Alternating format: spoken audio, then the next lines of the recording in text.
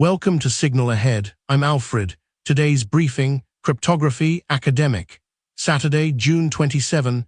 This is the synthesis above the noise, not the headlines, but the deep currents beneath them. Let's get into it. Let me begin with a confession about the news you've been reading. When the headlines speak of cryptography these days, they tend to reach for the familiar furniture. Quantum computers menacing your bank account, a new cipher cracked, encryption as the great shield between you and the surveillance state. Comforting, in a way, because it keeps cryptography in its traditional place, the mathematics of secrets, the art of the locked box. But if you sit with the actual research being produced right now, a stranger and more unsettling picture emerges, and I want to put it to you in the first minute, because it reorganizes everything that follows. Here is the non-obvious thing. The discipline that built its entire reputation on hiding information has quietly become the discipline most preoccupied with the fact that information cannot be hidden. Not from the adversary you designed against, from the system you built to help you. The locked box, it turns out, leaks not through the lock, but through the machinery that surrounds it. And the most dangerous machinery we have ever attached to that box is the large language model. Consider the texture of the work being done. There is research showing that a federated learning server, a party you trusted to coordinate training across many institutions, precisely so that no raw data ever changed hands, can corrupt the small efficiency-saving adapters everyone now uses and turn them into a covert memory. Each of your private training examples gets assigned its own dedicated neuron, like a numbered drawer in a filing cabinet you didn't know was there, and the model performs perfectly the whole time it is quietly memorizing you. The efficiency that made the system practical is the very thing that made the betrayal invisible. Note the structure of that sentence, because you will see it again and again. The optimization is the vulnerability. You see it in the work on quantization-conditioned backdoors, where a model behaves like a saint in full precision and turns malicious only after you compress it to run on a phone. The act of making it cheap is the act of arming it. You see it in speculative decoding, that clever trick to make a model answer faster by guessing ahead and verifying, where it turns out the acceleration mechanism is fundamentally incompatible with the safety checks, so that going fast and being safe pull against each other at the level of the architecture itself. None of these are cryptographic failures in the old sense. No prime was factored. The mathematics held. What broke was the surrounding apparatus of efficiency, automation, and trust. And this brings me to the deeper shift, the one I want to set up as the argument of the hours ahead. Classical cryptography assumed an adversary outside the system trying to get in. The center of gravity has moved. The adversary is now inside, or rather, the system has become an agent in its own right, reasoning, invoking tools, mutating production infrastructure, supervising, in one genuinely alarming study, a simulated nuclear control room. When you give a non-deterministic reasoning process the authority to act in the world, you have created a problem that no cipher addresses. The question is no longer, can someone read this message, but should this action be permitted to happen at the moment of mutation, given that the thing requesting it cannot be trusted to mean what it says. So the field is doing something rather profound, even if it doesn't always announce it as such. It is reaching back to its oldest and most rigorous instinct, formal verification, the Tamarin prover, data log policies, certificate-bound authority, probabilistic logic, for when your PII detector is only 90% reliable, and applying that machinery not to protocols, but to the behavior of intelligent systems. We are trying to build mandatory enforcement boundaries around things that think. We are trying to extend the mathematics of certainty over a substrate defined by uncertainty. That is the state of the field as I read it. It is a discipline in the middle of an identity migration, carrying its rigorous habits of mind into territory that those habits were never built for.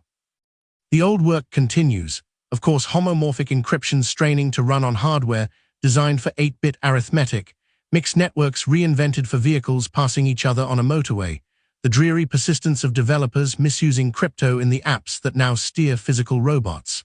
But the energy, the genuine intellectual frontier, lives in this collision. Provable guarantees meeting probabilistic agents, formal logic meeting the language model. Over the next two segments, I want to follow that collision in two directions. First, into the attack surface, what it actually means that the threat is now automated, adaptive, and capable of learning from your refusals. And second, into the defense, whether the old dream of mathematical certainty can survive contact with systems that, by design, are never quite certain of anything. Let us begin where the trouble begins, with leakage. There is a temptation, when you survey a day's worth of cryptography research, to treat it as a heap. A spoofing attack on satellite navigation here, a mixed network for ad hoc mobile devices there, a study of how mobile applications fumble their encryption calls, a clever acceleration trick for homomorphic arithmetic on hardware that was never built for it. Each looks like a separate weather system. And yet, if you stand back far enough, you begin to notice that the storms are all being driven by the same prevailing wind.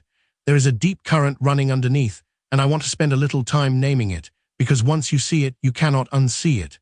The current is this: the discipline is no longer chiefly about securing the channel.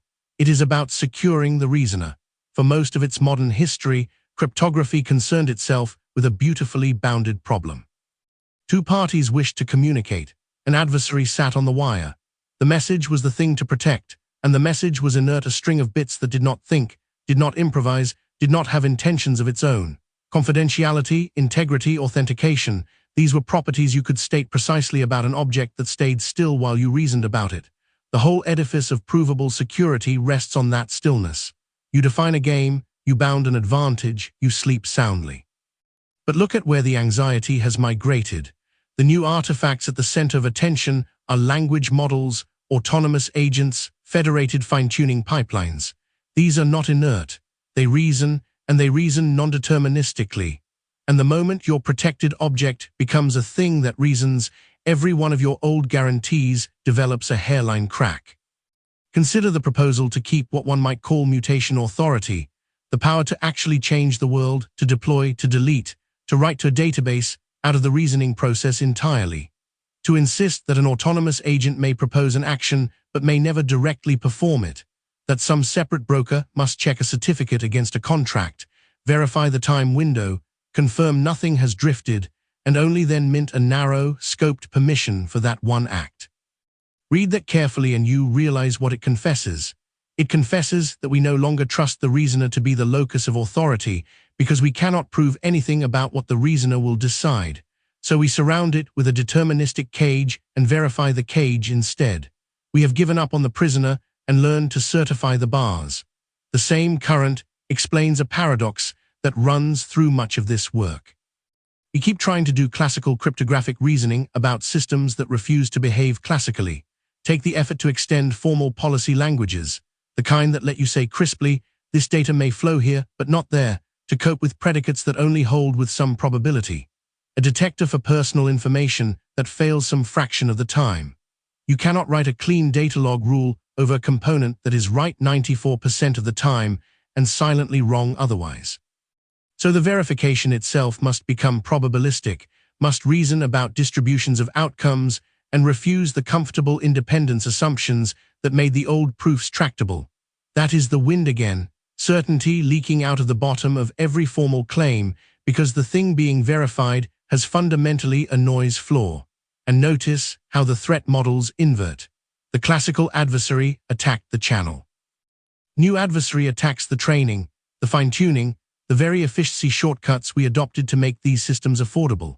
A malicious server quietly turning a parameter-efficient adapter into a memorization device, assigning one neuron per training sample so that private data is hoarded inside the model without ever degrading its accuracy. A backdoor that lies dormant in full precision and wakes only when the model is quantized for a phone. These are not attacks on what travels between us. They are attacks on the cognition itself, planted in the substrate, invisible until conditions are right. The leakage is not at the wire. The leakage is in the mind. So when you see a benchmark probing whether language models genuinely reason about a kernel vulnerability or merely pattern match on contaminated data, and find that contamination confers no real advantage, that the apparent competence is calibration without comprehension, you are watching the same current surface yet again. The deep trend beneath all this noise is a single uncomfortable migration, from securing what is said to securing what is thought, from proving properties of static objects to bounding the behavior of restless ones. The old cryptography asked, can the adversary read the message? The new cryptography asks, can we trust the thing that is doing the reading? And that, I'd suggest, is a far harder and far stranger question than the one our field was built to answer. There's a particular kind of intellectual discomfort I want to sit with for a moment, because I think it's the most important thing to carry away from all of this. For decades, the cryptographic mind had a clean story to tell. You had secrets, you had mathematics, you had adversaries, and the boundary between safe and unsafe was something you could, in principle, prove. The proof was the thing. If you got the proof right, the system held. What this body of work tapples about, almost in unison, is that the boundary has moved, and it has moved somewhere uncomfortable into systems whose behavior we cannot fully specify, let alone prove. Consider the shift in where danger now lives. In the classical picture, the attacker is outside, hammering on the door. But look at what's described when a parameter server quietly corrupts a small adapter so that each client's training sample is memorized into its own dedicated neuron, with model accuracy untouched. The betrayal is internal, invisible, and this is the cruel part. It disguises itself as the very thing that made the system practical in the first place.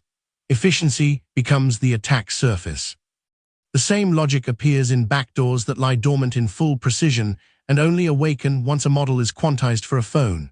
The harm is conditional, latent, waiting for a perfectly ordinary deployment step to trigger it. We used to worry about secrets leaking out. Now we must worry about malice being folded in, structurally, while everything appears to work beautifully.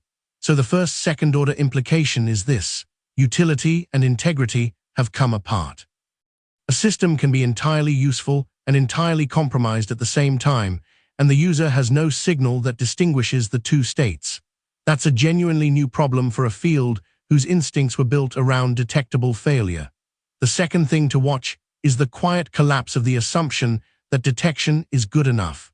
There's a beautifully unsettling result lurking in the analysis of automated attacks against agentic systems. The conventional reflex, detect the malicious input, refuse it, block it, turns out to be a gift to a patient adversary. Why? Because a predictable refusal is information. An attacker running an automated search learns from every clean rejection. The refusal tells him he's getting warmer or colder. The very honesty of the defense becomes the gradient he climbs. And so people are now seriously proposing misdirection defenses that, when they detect an attack, don't say no but instead lead the attacker somewhere false. Notice what's happened. Deception, long the tool of the adversary, has migrated to the defender. That's a moral and engineering inversion worth dwelling on, because it changes what we mean by a trustworthy system. A system that lies to its attackers is harder to reason about, harder to audit, and harder to trust even for its owners. The third movement, and the one I find most hopeful, is the counterpressure toward formality at the boundary. If the reasoning core of these systems is non-deterministic, and it is, then the response is to refuse to let that core hold real authority. You see this in the idea of an execution broker that sits between an agent's reasoning and any actual mutation of the world. The agent may propose, but only a certificate-bound boundary, checking validity windows and revocation, may permit. The judgment is probabilistic. The gate is deterministic. You see the same instinct in efforts to verify agent behavior against formal policies, even when the predicates themselves are probabilistic. A PII detector that fails some fraction of the time, woven into a logic that still yields sound guarantees, and in tools that generate verifiable protocol models and prove the properties carry back down to the implementation. There is a pattern here, and it's the most important thing to watch. We are learning to wrap proof around the unprovable. Not to make the language model honest, which we cannot, but to constrain what its dishonesty is allowed to do. What does it all mean? It means cryptography is quietly becoming a discipline of containment rather than certainty. The old dream was a sealed vault. The emerging reality is a building full of intelligent, fallible, possibly compromised occupants, where your security comes not from trusting any of them, but from the architecture of doors, certificates, and brokers that govern what they can touch.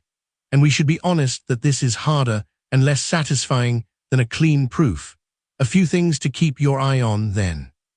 Watch whether efficiency optimizations keep turning out to be attack surfaces.